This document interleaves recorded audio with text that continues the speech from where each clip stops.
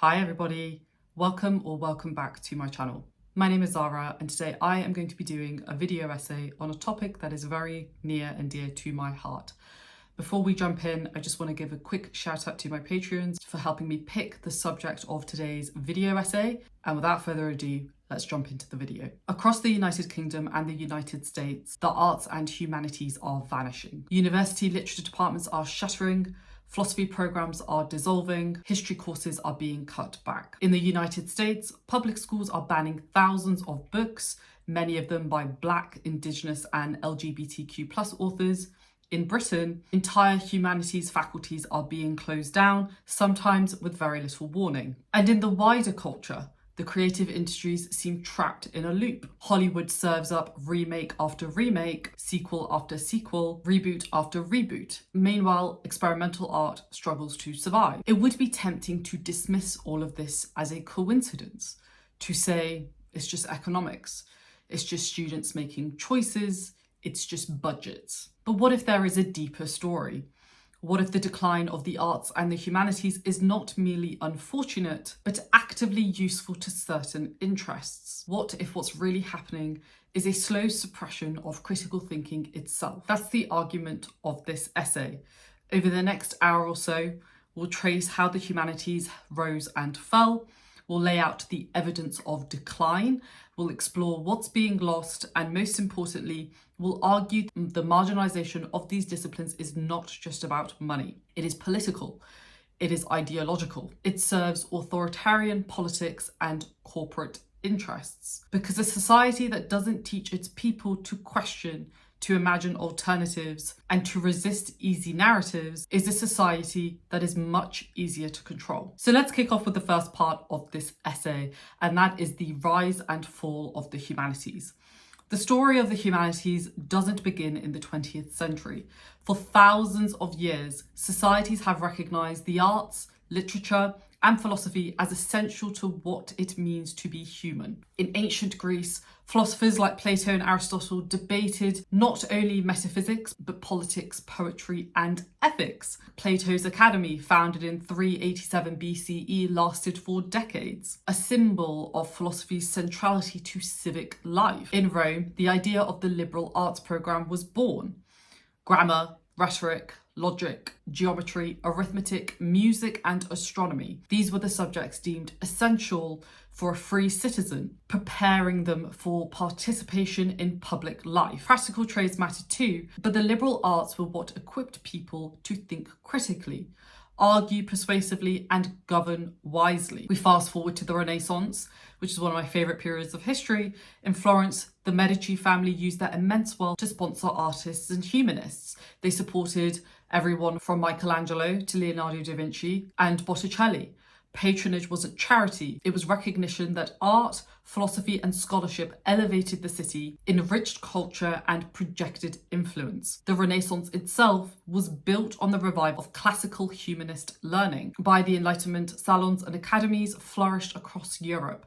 Thinkers like Voltaire, Mary Wollstonecraft, and Immanuel Kant argued that human progress depended not only on science, but on reasoned debate, philosophy, and literature. Humanities were inseparable from the fight for democracy and rights. So when we talk about the value of the humanities, we're not talking about something that was invented 100 years ago in modern universities. From Plato's Academy to the Medici court to the Enlightenment salon, societies have invested in the arts and humanities because they recognise their power to inspire, to question, to civilise, to expand human possibility. And this long tradition carried into the modern age. After World War II, both the US and the UK massively expanded higher education. In the United States, the GI Bill of Rights of 1944 offered millions of returning soldiers the chance to attend college. By 1956, nearly 8 million veterans had benefited from this programme. This was revolutionary. Higher education shifted from an elite pursuit to a mass opportunity, and the liberal arts were at the centre of the democratic promise. In Britain, the Robbins Report of 1963 declared that higher education should be available to all who are qualified by ability and attainment.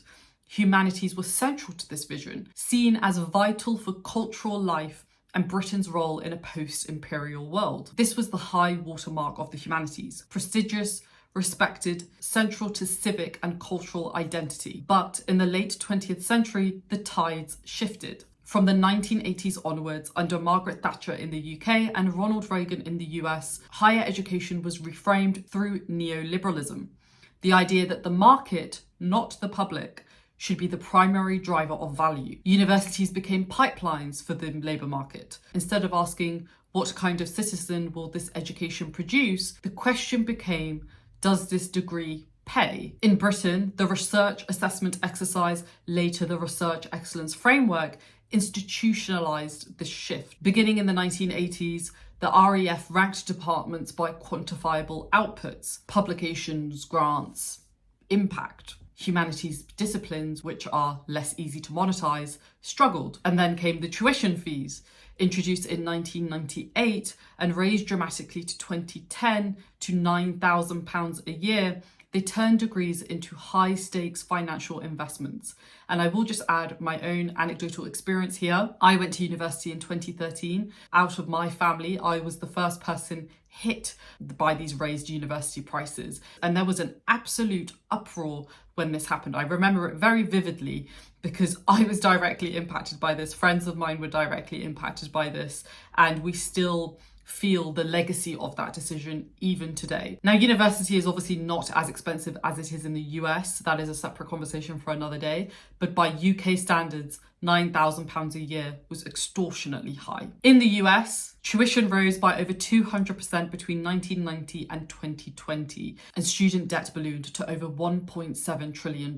In this new order, disciplines like business and computer science flourished, while history, philosophy, and literature were increasingly treated as luxuries. The warning signs had been there. In 1959, the scientist and novelist C.P. Snow gave his famous lecture on the two cultures, warning of a dangerous divide between science and humanities. He feared a society lopsided towards one at the expense of the other. Approximately 60 years later, it seems that fear has come true, tilted decisively against the humanities. And so this is how we arrived at today's crisis. Declining enrolments, shrinking departments, and in some cases, outright elimination. In this next section, part 2, I'm going to talk about the evidence of decline because I know there will be people asking, give me examples of where we're seeing this decline today. So I'm going to run you through a couple of different areas where we are seeing that this isn't just an abstraction. It's visible in data, closures, and also in censorship. So in the US, the American Academy of Arts and Sciences reports that between 2012 and 2020, humanities bachelor's degrees fell by nearly 16%. History alone lost almost a third of its majors. In the UK, entries to modern languages at A-level have nearly halved since 2011. University pipelines are drying up and entire departments are shutting down. A couple of examples include Canterbury Christ Church shutting English literature, modern languages and creative industries in 2024. In 2025, Cardiff University announced plans to cut 400 jobs, threatening ancient history, music and theology. Kingston University proposed closing its entire humanities department, including philosophy and creative writing. And in the US, the decline takes a more explicitly ideological form. We have book bans as one example of that. Over 10,000 bans alone in 2023 to 2024, affecting more than 4,000 unique titles, overwhelmingly by authors from marginalised communities. There's also been the implementation of anti-CRT laws. States like Florida and Oklahoma have passed legislation restricting how race and gender can be taught in schools. In just this year, students in Department of Defense schools sued after books including Fahrenheit 451 and To Kill a Mockingbird were removed, and Black History Month was cancelled. The pattern is very, very clear. The arts and humanities are not only just declining, they are actively being dismantled. Now we're going to move on to the next section, and this is the heart of the video. We're going to talk about what the motivation behind this is, and the way that I kind of frame it is this thesis that I've put together. It's the critical thinking suppression thesis. Now, in one of my previous videos that I did a couple of months ago on anti-intellectualism, I did actually touch upon this a little bit. I didn't go into it as much detail as I wanted, as I was focusing on a different angle, which was specifically related to the book community, but this obviously has much more of a wider focus. The decline of the humanities isn't just an accident or budgets or student preferences. It looks increasingly like a deliberate sidelining of critical thinking itself, because what are the arts and humanities at their core? They are disciplines that teach us to ask why. Philosophy asks, what do we mean by justice? Literature asks, whose voices are missing from the story? History asks, whose version of the past is being told? These questions make societies richer, but they also make those in power uncomfortable, and uncomfortable citizens can often be unhappy citizens who can be dangerous. Let's talk a little bit about historical precedents before we talk about what's going on today, because this isn't the first time that we're seeing this logic play out. In Nazi Germany, degenerate art was banned. Modernist painters like Kandinsky and Klee were denounced, and thousands of books were burned. Why is the question there? Because art that challenged racial ideology or celebrated ambiguity was a threat. In Mussolini's Italy, academic freedom was crushed. By 1931, all university professors had to swear loyalty to the fascist regime. Those who refused were dismissed. In Stalinist Russia, writers and historians who strayed from the party line were censored, imprisoned, and even killed. The past itself was rewritten to suit power. Different ideologies, different countries, but the same principle. Suppress critical voices and you weaken the possibility of dissent. Let's talk now more about kind of modern variations, because in the 21st century West, we don't see book burnings in the street, but we do see subtler forms of suppression. As in an example, in the UK, there's this message that is being pushed around low value degrees. In 2023, Prime Minister Rishi Sunak announced a crackdown on so-called rip-off degrees.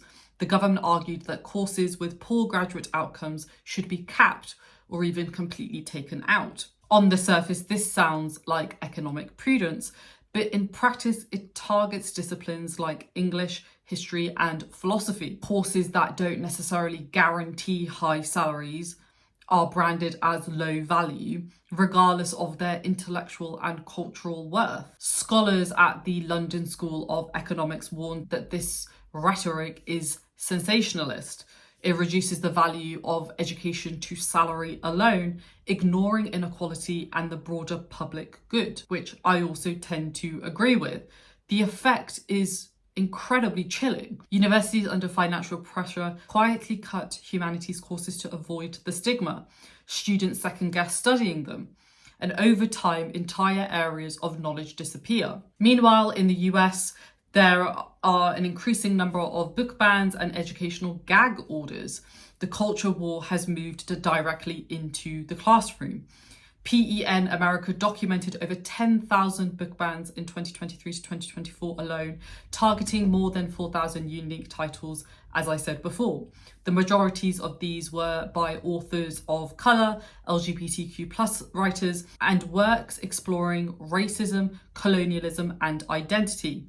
At the same time, states like Florida and Texas have passed laws restricting how teachers can discuss race, gender, and American history. Many are labelled as bans on critical race theory, even when what's being taught is basic history or literature. And for anybody who doesn't know what critical race theory is, just to give you a very simple one-liner, it's essentially an academic and legal framework that denotes the systemic racism that is part of American society, whether that's education, housing, to employment, and also healthcare. The vagueness of these laws is the point. Teachers don't know where the line is, so they self-censor. They remove books from shelves, avoid discussing uncomfortable but necessary truths, and also strip lessons of nuance to stay safe. And another data point that I want to reference again was the students in Department of Defense schools having to sue the Pentagon after administrators removed titles like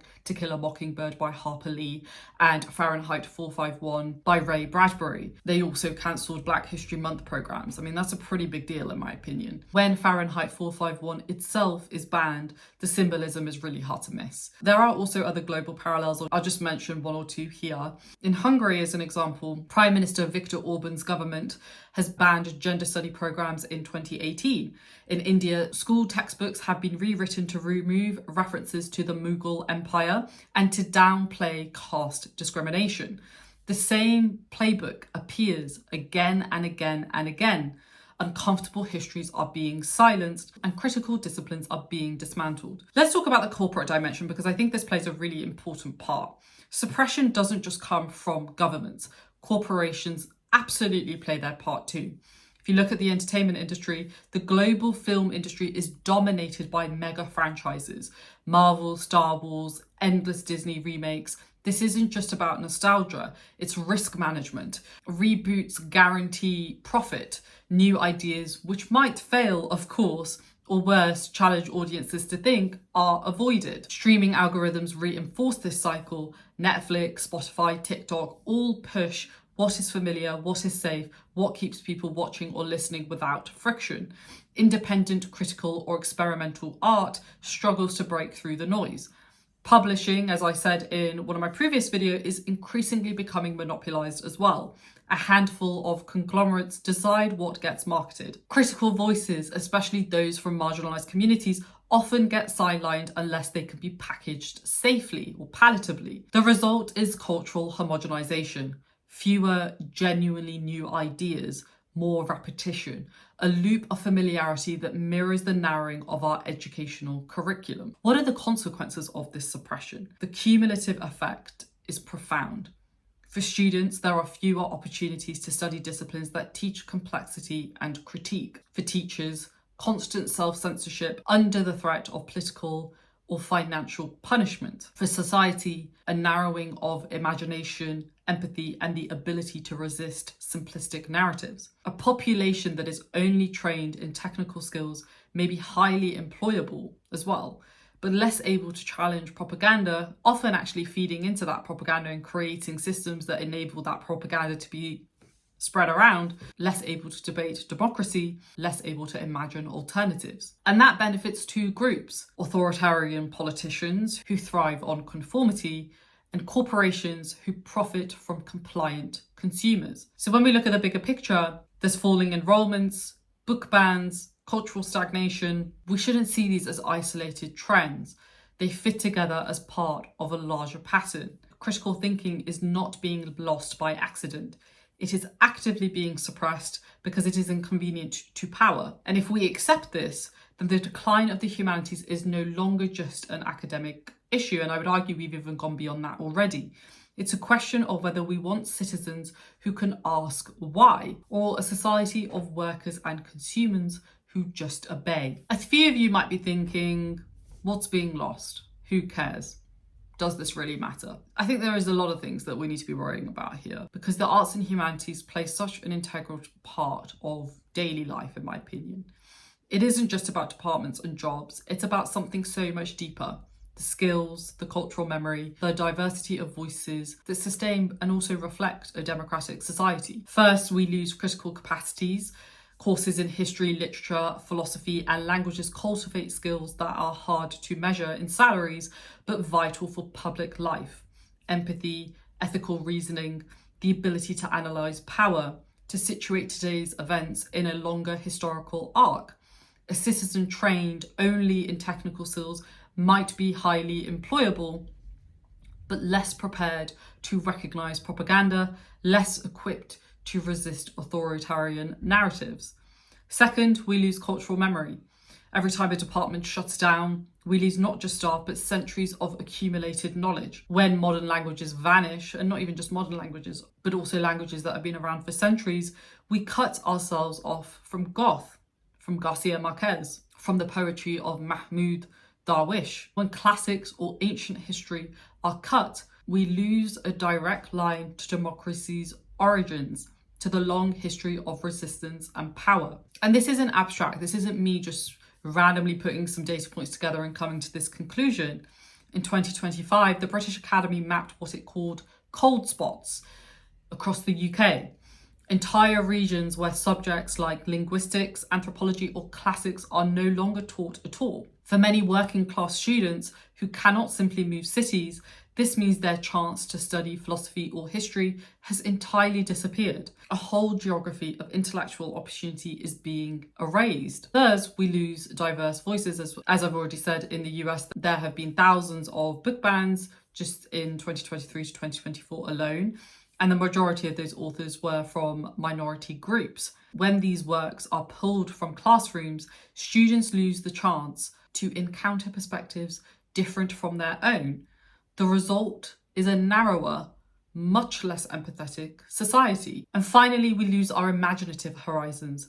Culture becomes risk-averse, dominated by the safe and familiar. If our classrooms, our cinemas, our books serve us only what is palatable to the market or to political authorities, then the capacity to imagine alternative futures completely withers. Think of it like a library. Every time we cut a course, ban a book, or cancel a department, we tear out pages. At first, the story still makes sense, but keep going, and soon the narrative of who we are, our shared culture, our historical consciousness becomes completely incoherent. I'm going to spend this next section, part 5, talking about counter-arguments. Some will say, isn't this just the natural order of things? Students vote with their feet, they prefer degrees in business, technology, or medicine because those lead to jobs. And yes, that there might be some truth to that. Economics absolutely plays a role. In the US, the average student debt is over $30,000 per borrower. In the UK, as I mentioned earlier, tuition fees are over £9,000 a year. When you're staring at that kind of debt, a philosophy degree looks risky. Others argue that the decline is overstated.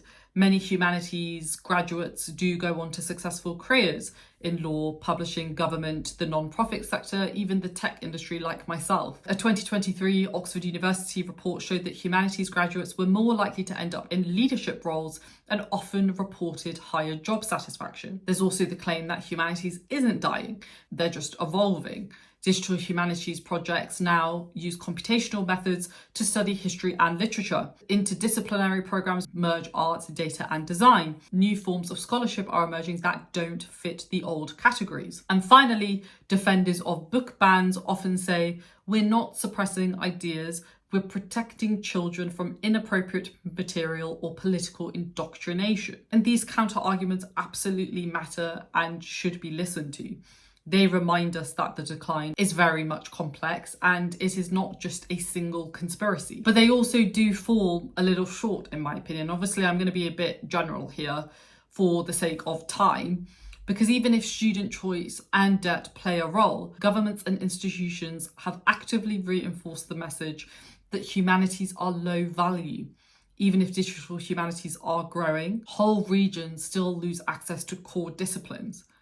And even if some books are challenged for age appropriateness, the scale and pattern of the bans, disproportionately targeting minority voices, tells its own story.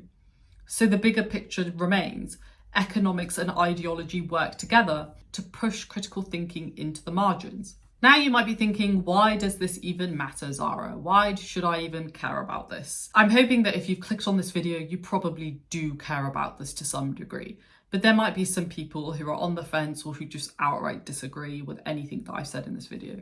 And that's absolutely fine. But I think that this is actually a very urgent matter because the very forces reshaping our world demand more critical thinking, not less. Take the technology world, a world that I'm very familiar with and that I've worked in for over a decade. Artificial intelligence and automation are advancing rapidly. Machines can already code, though not to the best degree, analyze data, and even write essays. What they cannot do, at least not in any authentic way, is moral reasoning, ethical judgment, or the imaginative empathy that comes from literature and philosophy. As work becomes automated, it is the humanistic skills that will become more, not less, important. Or take politics. We live in an age of disinformation, deepfakes, and cultural wars. I will go into more of this in another video that I'm planning, so I won't go too deep into this particular aspect too much right now.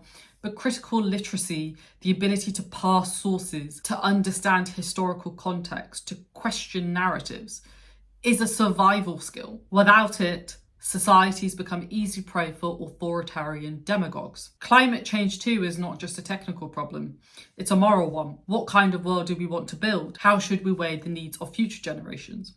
These are not questions that engineering alone can answer. They are fundamentally humanistic. And then there's culture, an aspect that I've talked about quite a lot in this video. Hollywood's endless parade of sequels and reboots reflects not just creative stagnation, but the dominance of corporate interests over imagination. When culture becomes monopolized by intellectual property machines, risk-taking art disappears. As the critic Mark Fisher once put it, we live in an era of capitalist realism, where it's easier to imagine the end of the world than the end of capitalism. Without humanities and arts education, our ability to imagine alternatives shrinks further. Finally, consider inequality.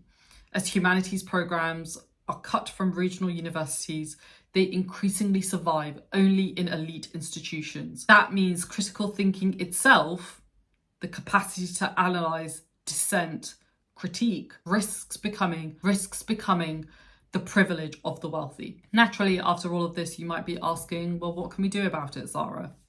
What can I do? One person sitting at my room watching this video. If the decline of the humanities is political and economic, then resisting it has to be political and cultural too. The point isn't just to mourn what has been lost, but to fight for what can still be saved. First, we could look at policy and public investment. Governments must change how they define value. Right now, in both the UK and the US, higher education is judged almost entirely by graduate salaries. That's incredibly short-sighted. A degree's value isn't only what it pays you, it's also what it gives to society, informed citizens, creative thinkers and moral leaders. Subsidising arts and humanities courses, protecting endangered subjects like languages and philosophy, and funding libraries are not luxuries. They are democratic necessities. Second, we look at universities themselves. They need to resist the temptation to internalise the rhetoric of low value. When they cut humanities courses to look efficient, they're complicit in their own cultural impoverishment. Instead, institutions should measure success more broadly. Civic contribution, diversity of thought, long-term adaptability. Some universities are already experimenting with interdisciplinary programs that combine coding with ethics or climate science with history. These models should continue to be expanded, not sidelined. Third are teachers, students, and citizens. Resistance often starts from the ground up. Teachers and students across the US have staged read-ins of banned books, which is incredible to see. Academics in the UK have campaigned against departmental closures, forcing public debate, which is also very positive to see. Parents, librarians, and communities can insist that young people have access to diverse voices. Another thing here as well is make sure that you visit your local institutions. If you have a library a couple of minutes away from you, make sure that you go and spend time there, because that in itself signals that that library or that community centre has value. Other small acts that we can all do: buying books from independent presses, supporting local theatre, funding community arts programmes, choosing to value stories and knowledge outside the mainstream. 4 is the cultural sphere. We as audiences and consumers have a choice. If the corporate machine feeds us endless sequels, we can push back by supporting independent creators, by seeking out risky art, by amplifying different voices. Culture is shaped not only by what is made, but by what we choose to pay attention to. None of this is easy. It requires resources, commitment, and sometimes confrontation. But the point is, decline is not inevitable. It's the result of choices, and we can all make different choices. The humanities have always survived because people have fought for them through patronage, through printing presses, through underground theatre and cinema, and controversial literature. Today, that fight looks a little bit different, but the principle is the same. We don't just inherit culture. We have to actively defend it. So where does that leave all of us? I know that this has been quite a lengthy video and I've been throwing a ton of information at you all. I hope you've enjoyed it, at least thus far. And I'm going to spend the next 10 minutes just summarising my thoughts. We started off the video by tracing a long arc in a couple of minutes. From Plato's Academy to the Medici patronage system, from Enlightenment salons to the post-war university boom, and into our present moment of neoliberal reforms, book bans, and cultural homogenization. At every stage, the arts and humanities have been more than decoration. They've been central to how societies think, how they imagine, how they challenge themselves. And we've seen how, in the last half century, this long tradition has been disrupted.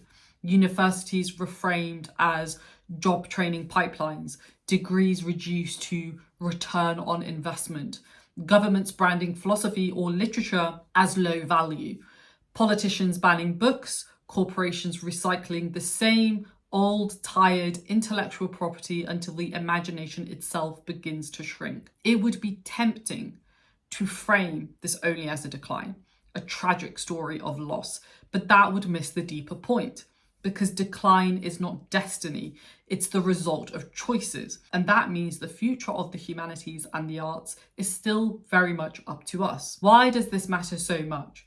Because at this very moment, where humanity faces crises that demand imagination and moral critical judgment, we are stripping away the disciplines that cultivate exactly those skills. Artificial intelligence raises questions of agency, bias, and ethics. I will be doing a separate video on AI in arts and humanities. That's a whole nother topic that I've purposefully not talked about a ton in this video, but I will be doing a dedicated video on that topic in the coming months. But it is incredibly important to think about the questions that AI raises, particularly in a world where technology is advancing quicker and quicker every single year. Climate change demands moral reasoning and collective imagination.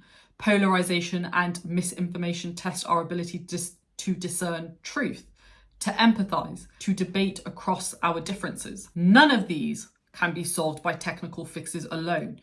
They require humanistic thinking, philosophy, history, literature, languages.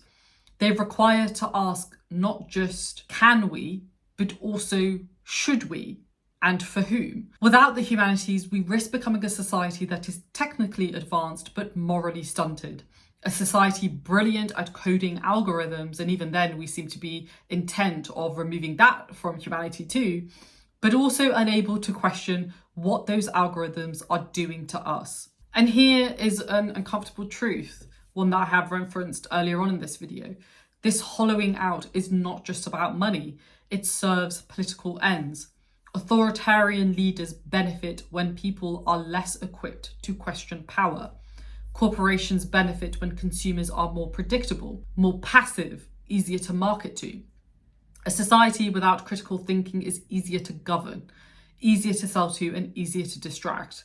And so the disappearance of the humanities is not a neutral trend. It is a structural convenience for those in charge. And that's why defending them is not just an academic issue, it is a democratic one. So what do we do about it? We've already sketched some of the practical steps we can all take. Governments redefining value as something beyond just monetary return. Universities resisting austerity logic. Teachers and students pushing back against censorship, and citizens supporting independent art and diverse voices. But beyond those steps lies something deeper, a cultural shift.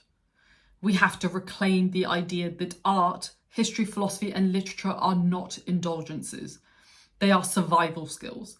They are the toolkit of citizenship. They are the means by which we resist manipulation, imagine alternatives, and preserve our humanity in a world that often feels increasingly inhumane. That's a hard fight, and it's going to be a long one because it goes against the dominant logic of our time, a logic that reduces everything to profit. But if history shows us anything, it's that the humanities survive precisely because people refuse to let them die.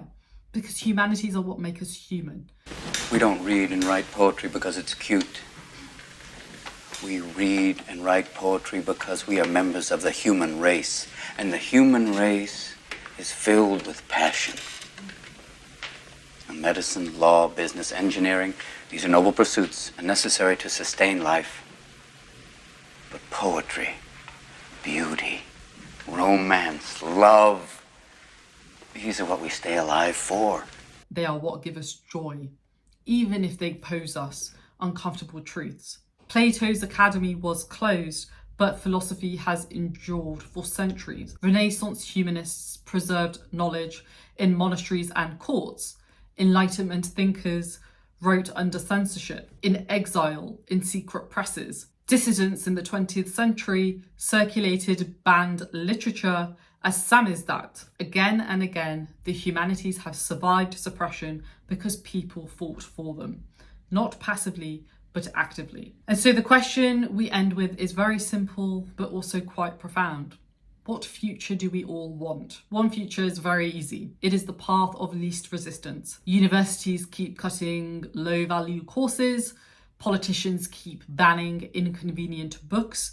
Corporations keep feeding us the same drivel that we've been fed for decades. And as a result, citizens keep sliding into passivity. That path ends in a society that is technically efficient but intellectually anemic, economically productive but morally hollow. A society where imagination only belongs to the elites, while everyone else is trained to consume, not to question. The other future is harder and probably a bit more difficult. It requires us to defend what looks on the balance sheet like inefficiency, to demand public funding for disciplines that don't promise high salaries but do promise better citizens, to support risky art, independent creators, uncomfortable books, to insist that universities are not just factories for workers but crucibles for ideas. That path ends in a society that is alive, critical, imaginative, capable of resisting authoritarian drift, capable of reinventing itself, capable of facing the many crises of the century with more than just technical fixes. So the choice is not abstract, it is immediate. The degradation of the arts and humanities is happening now in course closures, in banned books, in shrinking budgets, in homogenized culture. But it is not inevitable. It is the product of choices, and choices can be made differently. The humanities are not dying, they are being actively suppressed. And the only question that matters is if we will accept their disappearance or defend them fiercely, as if our lives depend on it, because it does. That's it for this video, folks. Let me know down below in the comments, as always, what your thoughts are. I would really love to discuss this in detail with all of you. So please do put your comments down below, regardless of what your thoughts are on this topic. I'm very keen to hear all perspectives, and I'll see you down below in the comments. Thanks for watching. If you like this video, please do give it a thumbs up and consider subscribing for more videos like this. And I'll see you in my next video. Stay safe, take care, and I'll see you very, very soon. Bye.